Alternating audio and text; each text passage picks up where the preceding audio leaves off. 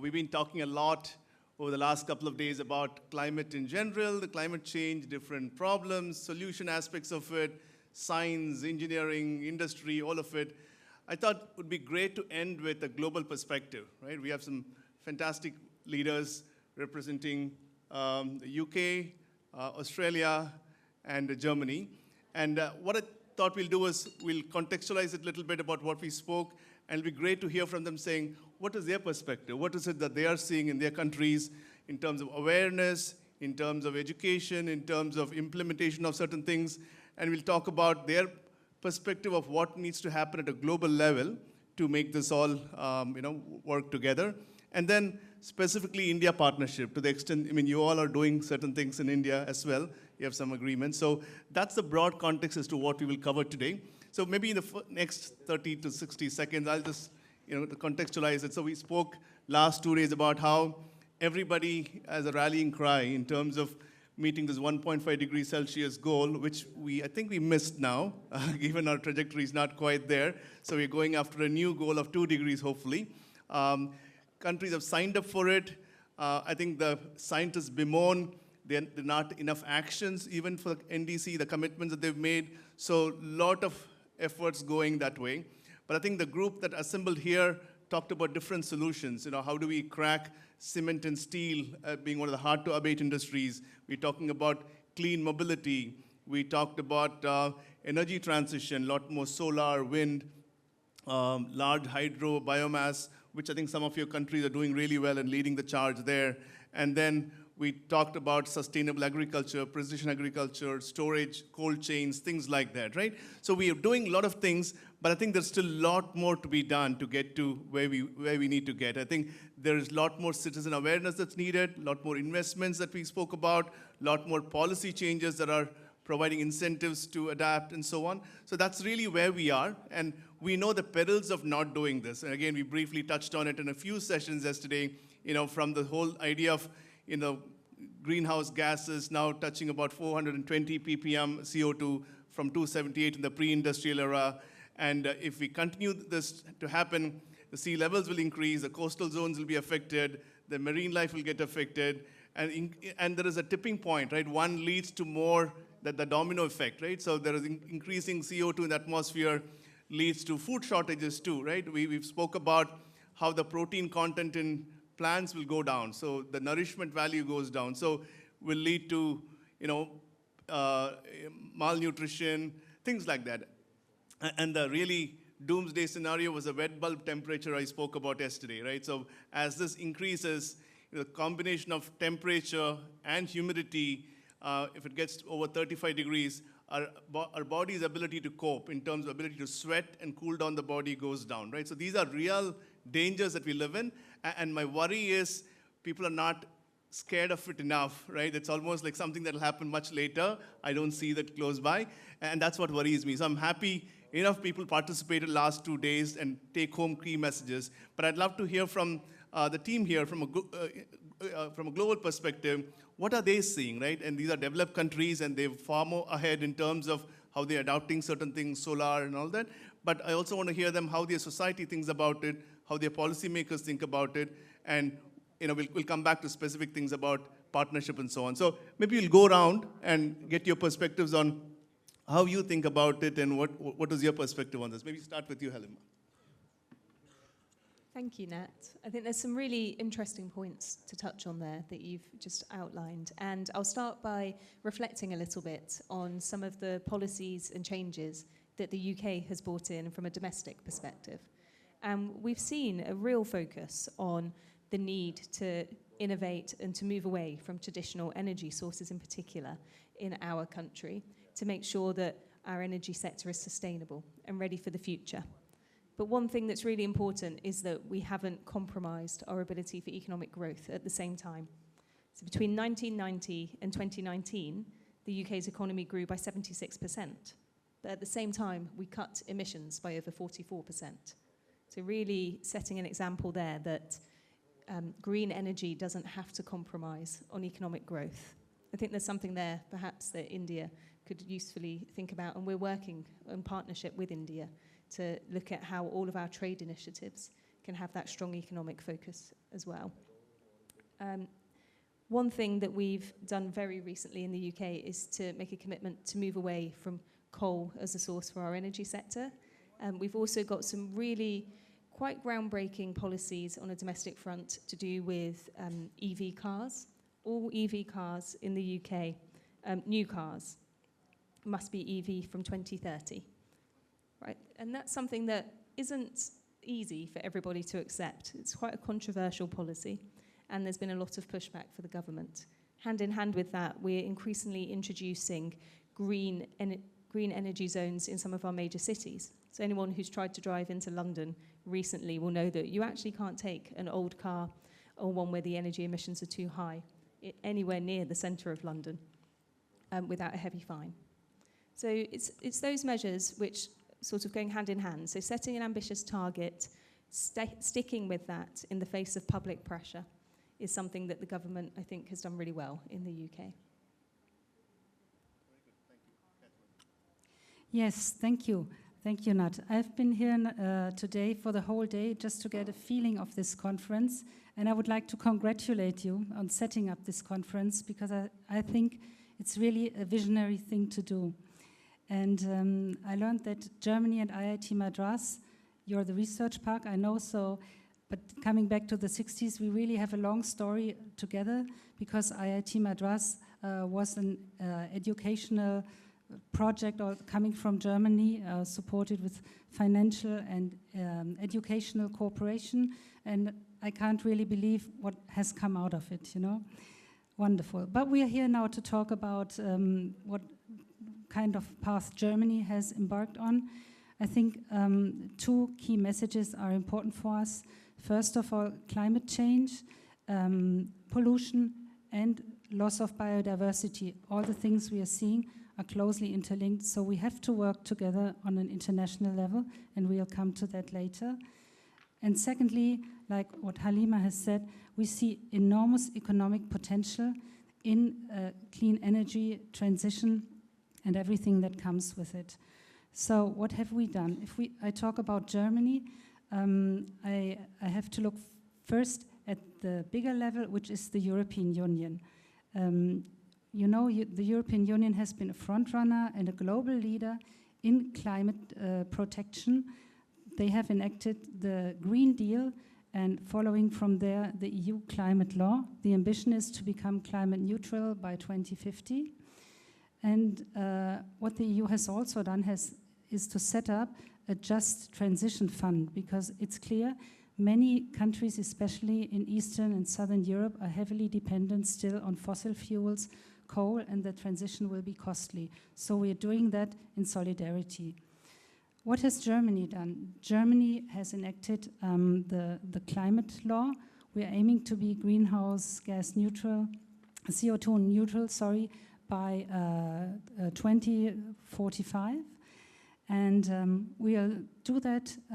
We have clear targets for each sector. We believe that's very important to follow up very closely on what the transport sector is doing, the energy generation sector, and so on, the building sector. Only then can we really see whether we are on track or not. What are the results? We've done quite well on renewables in electricity production. So by now, almost 2/3 of all electricity generated in Germany comes from renewable energies. And I think that's the point. We're really switching to like EV vehicles and so on. Does make sense, because it only makes sense when you have green energy, so to say, when you're using your car. I will stop here and pass on the word. Yeah. Excellent, thank you. It's a pleasure to be here. It's really, these issues are so topical for everybody, but I think we generally agree that no one country can change the world by itself. We need to do it together, and the commitments that everyone's making will lead to, hopefully, net zero by 2050. In Australia, for many years, there was a debate around whether that was something we wanted to do, but I can say now that debate's actually dead. We have political consensus that everyone is committed to net zero by 2050. The energy mix is what is still being debated in terms of what percentage should come from what type of source, because in Australia we are lucky enough that we can have different sources of energy, whether that is solar, wind, hydro, etc. And right now the debate is about introducing nuclear into that mix. So in that sense, we're a federated country like India, and so the states really have started leading the way into how they want to lead their transition. But a little known fact is Australia has actually been at the cutting edge of renewable technology. So these solar cells in solar panels were actually invented in Australia. And we're the highest per capita, we have the highest per capita uptake of rooftop solar in the world. So I'll leave it at that. And obviously India is a country that we want to partner with because we think there's natural benefits in terms of scale and other opportunities that I can talk about later. Sure, we'll come back to that specifically. So maybe we'll touch upon what you said, Halima, and I think it'll apply to all of you. Maintaining economic growth while you're going the green way, right? I think very impressive statistics that you talked about. What is the government's role in this, right? There are certain countries where governments significantly subsidizes certain common infrastructure for this transition to happen, right? And when you see the subsidies expire, then I think the behavior could shift the other way. I think EV would be a good example. We are seeing that here. I don't know if Germany had that experience also, but it'll be great to hear perspectives on government policies. How have they been pushing industry to adopt or citizens to adopt green, using some of their policies, incentives, even awareness? Any of you can start and go around. So we had some very specific incentives in the UK through our domestic policies to encourage EV take-up, actually. And those were things like every car owner in the UK has to pay a tax to drive on the roads. But for hybrid cars and EV cars, that tax was waived to encourage people to take it up. There's also been significant subsidies to encourage people to put solar panels on their houses or to look at alternative heating sources, things like heat pumps. And it does get cold in the UK, so we need good heating. So there's been lots of small things to encourage uptake, which of course has an impact on business. But I think there's also a responsibility for governments to ensure that these incentives are sustainable, that they're not encouraging businesses and enabling a short-term uptake, which doesn't then mean that they can have a long-term rollout. And so there's more thinking to do there, but there's also something about ensuring that there's the ease of doing business in those environments, so that businesses, particularly new business and innovative startups, exactly the kind of things that you see here at the IIT Madras research part, that those kinds of new ideas can come to the front, even if there isn't the perfect incentive that partners alongside their new technology, but that there's still an easy business environment to allow them to reach their market. Yes, I would say our government has pretty much done similar things. Given subsidies, when you buy an EV car, for instance, we have had funding schemes to encourage startups that are active in the area. We've just had a panel on that, and our German colleague was talking about it. Governments also have to set up the infrastructure, I think. That's important, for instance, with regard to the charging infrastructure that has to be supported for cars, because that's going to be very costly. When you look at big German companies like Volkswagen, BASF, Siemens, and so on, they have now incorporated climate targets in their own corporate plans. It's really become, I would say, part of their DNA as a result of policies that have encouraged them to do so, if you like. I think that's an important factor. And yeah, I will stop there. We'll continue. Thank you. To reiterate, we have very similar policies in terms of cars, and the fact that we have the highest uptake of solar panels in the world is because there were subsidies provided to people to install them in their houses and on their businesses. But I want to actually talk about industry and what some of our industries have done. So if you look at something like agriculture, many parts of the world, the agriculture industry is subsidised, but in Australia they receive zero government subsidies. But the industries themselves and the peak bodies have introduced schemes where they invest from the sale of everything they sell, they invest into research and development. Okay. So for example, apple growers in Australia, each apple that's sold, you'll get 1 cent that goes back to the peak bodies who will pay experts to research how to grow apples in a more environmentally friendly way.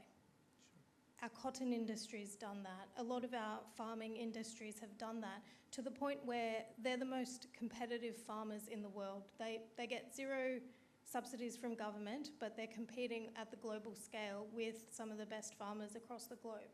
A lot of this research has then been published publicly and is available to other growers and other agricultural bodies all over the world. So this has led to further collaborations between industries.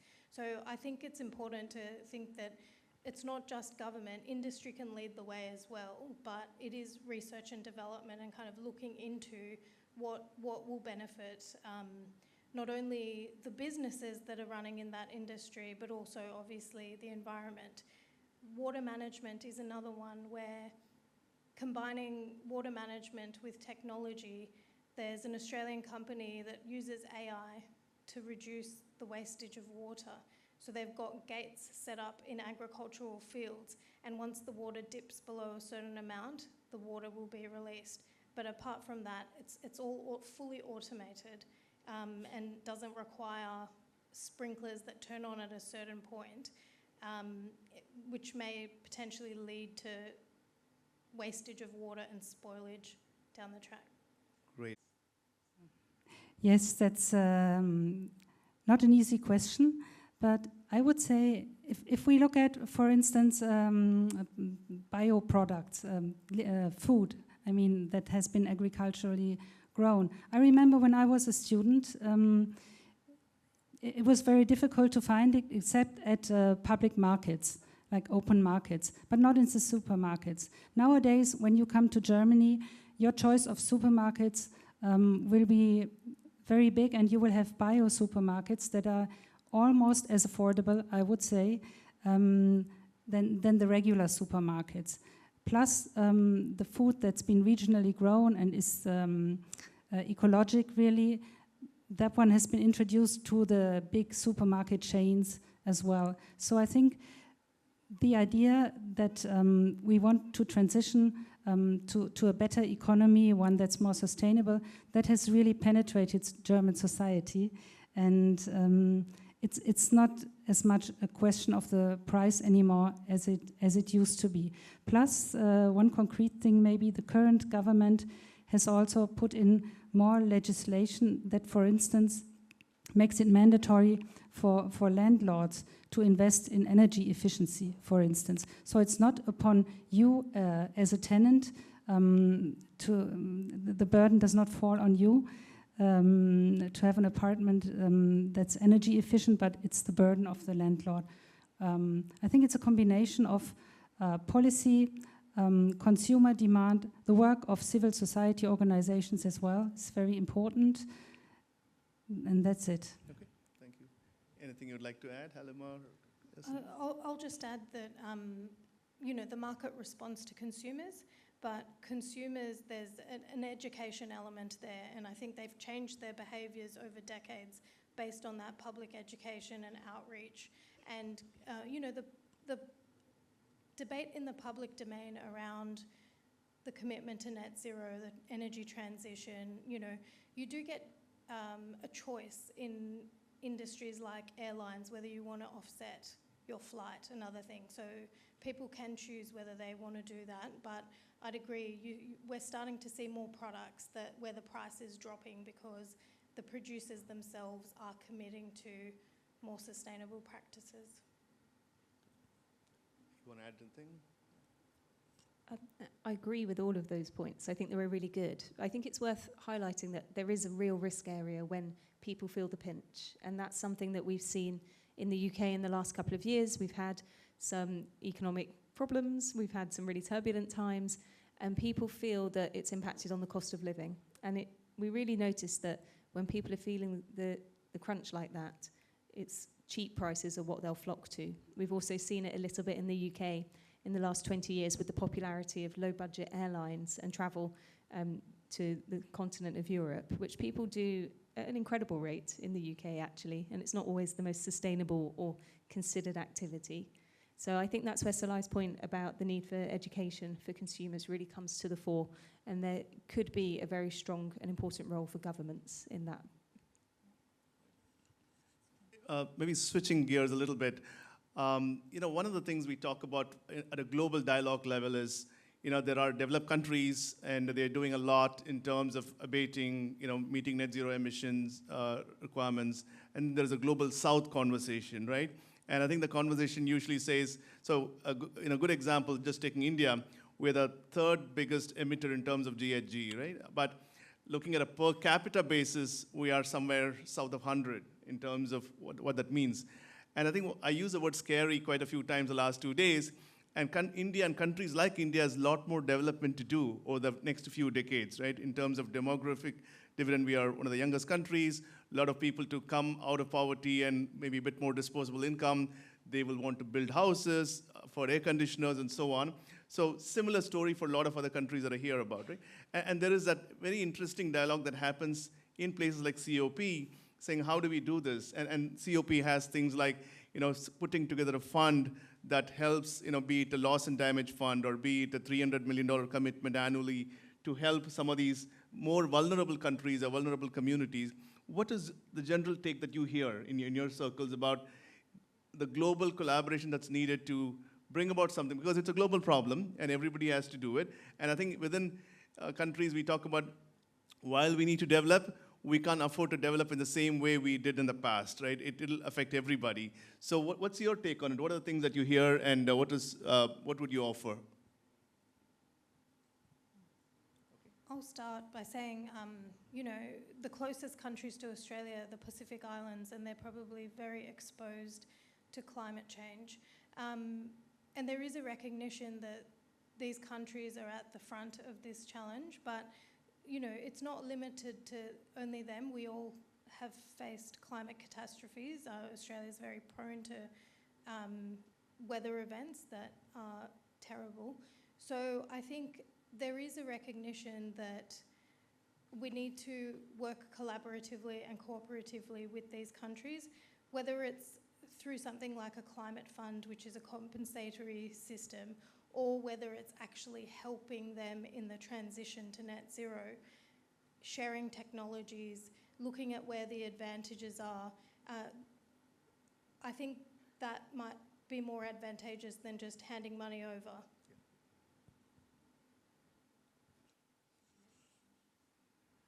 Yes, I would agree on that. As Germany, we've always been great supporters of the COP conferences. We really think this is the forum where everyone has a say. Also, countries like the small island states, the least developed countries, and so on. I think at the last COP, we've made a step forward in climate financing, and Germany is putting this into practice, for instance, with our international climate initiative that has been going on for a couple of years. India is one of our key partners in there, as you well know. But we need to see, with the next COP coming up in Colombia, we need to see more efforts really in mitigation. So as we believe, in transitioning away from the fossil fuels, in tripling the efforts with regard to renewable energies, and in doubling our efforts for energy efficiency improvements. We think these are not mere targets, but we can together put them into concrete action with projects that we do together with partner countries.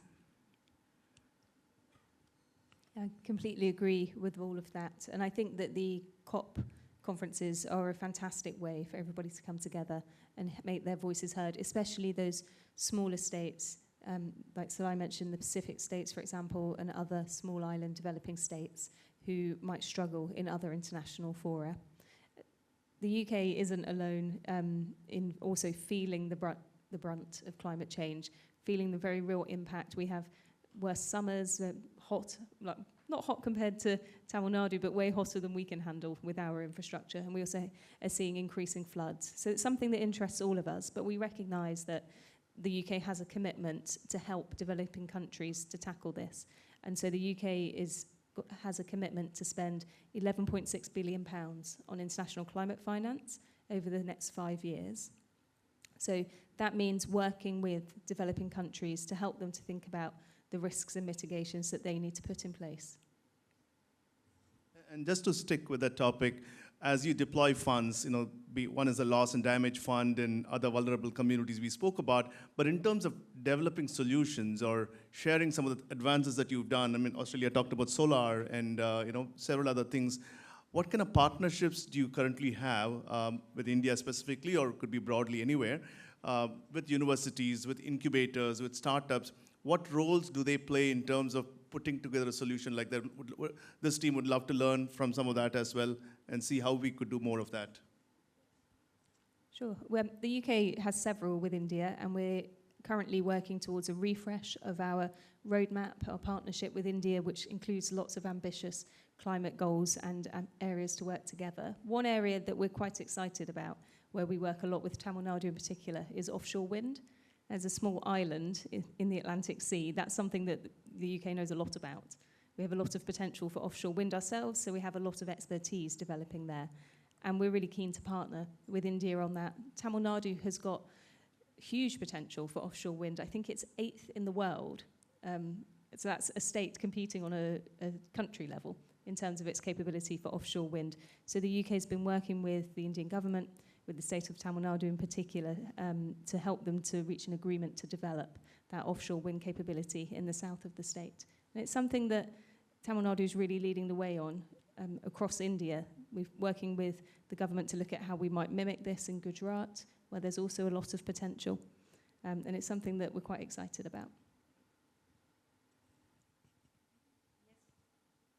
Yes, I would like to mention here in that context the Green and Sustainable Development Partnership that was concluded between Germany and India in 2022 between Prime Minister Modi and German Chancellor Scholz.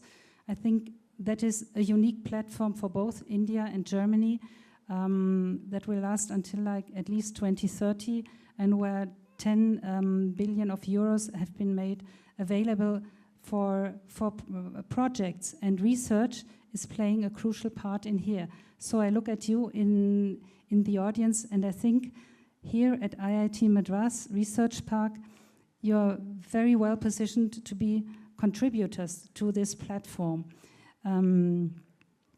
I think we have here also the Indo-German Center for Sustainability. I've just learned this morning that is now being turned into a school of sustainability. So the research you're doing here today will turn into products for tomorrow that will contribute to combating climate change. And furthermore, I would like to mention the Indo-German Center for Technology in New Delhi. That's kind of our main institution, so to say, where we coordinate research projects. And a very concrete outcome of this is the partnership of TU Dresden, between TU Dresden here and the IIT Madras. A joint degree is being developed, and I hear that the first cohort of students is already underway. So I'm glad that this is going on, and that's the path we should follow, I think. Thank you. In fact, IIT Madras Research Park also signed an MOU with Dresden to collaborate on these things. So good.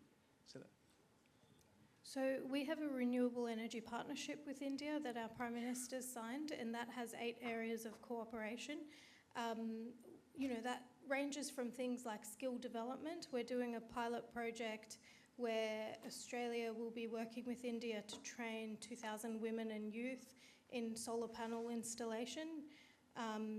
But in addition to that, there are many research grants that, the second pillar of this is technology cooperation, and IIT Madras did an initial study for that has led to that second pillar. But we also look at the Quad grouping. So under the Quad grouping of Australia, Japan, United States and India, there is $2 million worth of funding available for researchers and institutions who want to work on new collaborations in the climate change space. So I would say an institution like this has multiple grant opportunities where there are key sectors that need research. It does involve finding a partner in Australia, so you're meant to do it as a joint kind of initiative, but I think there's a lot of potential for collaborative work in that. To give you an example, we've looked at areas like submarine cables and, undersea cables and transmitting electricity through that. That's one of the IIT Madras Research Park research projects that we funded. Great. I know it's Friday evening and I don't want to keep you all too long, but one important question, and then I'd like to open it up for questions as well. One of the key messages to me, or one of the more powerful messages today was we all talked about different technologies, different solutions to address climate change. But how about the demand side of things, right? How do we be more responsible as citizens, consumers, employees, employers to reduce the demand by half, like Mr. Sonam Wangchuk so eloquently put early in the morning. That to me was a very powerful message. And I think that leaves us a bit dumbfounded, right? Are we doing enough? And I would love to get your perspectives on that aspect of things, right? As you do some great things in technology and solutions, what is the mood in the country about cutting down on demand and doing things to curtail some of these things?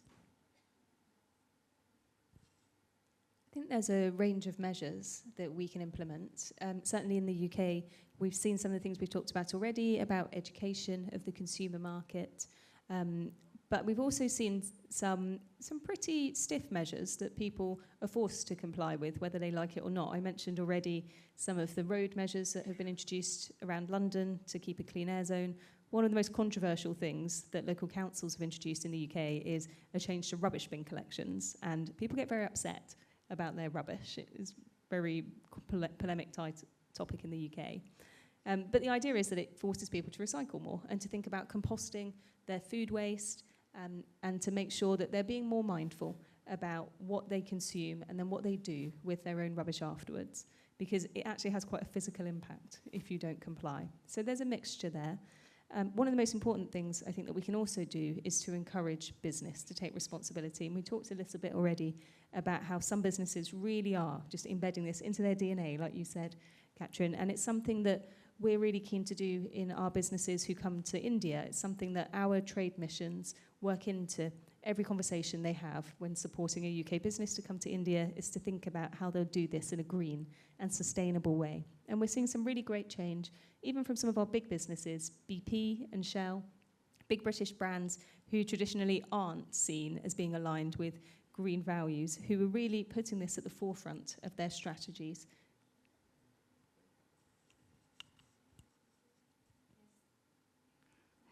I would agree. As far as government policy concerned, it's a bit of a mix between the carrot and the stick policy.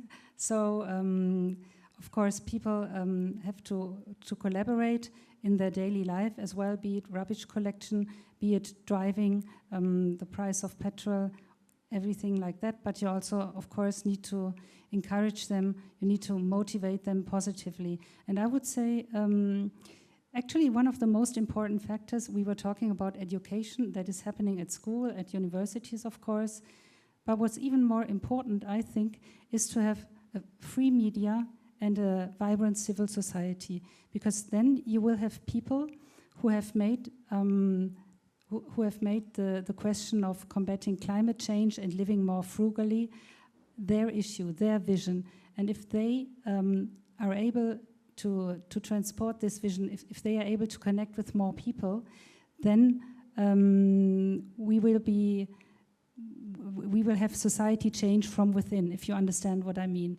And if we have free media that's able also to criticize what the government is doing, and if we have a lively debate going on in social media and elsewhere, this will inspire and motivate people even more as what someone is telling them from the top, so to say.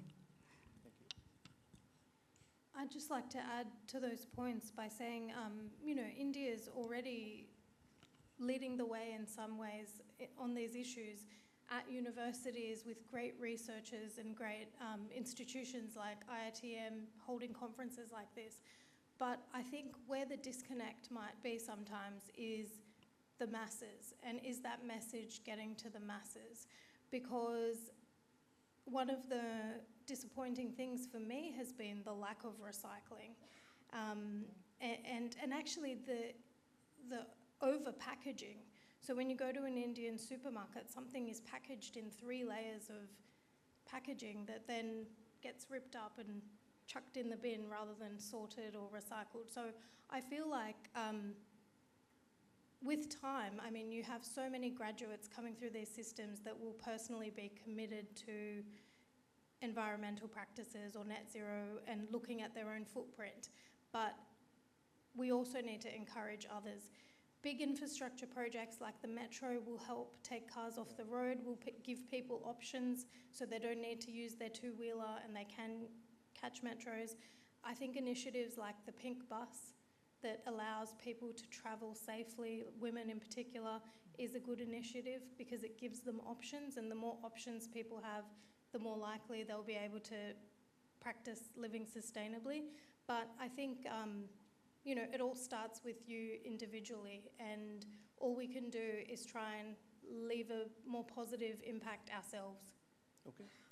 So thank you so much. Yeah. Thank you all for that wonderful session.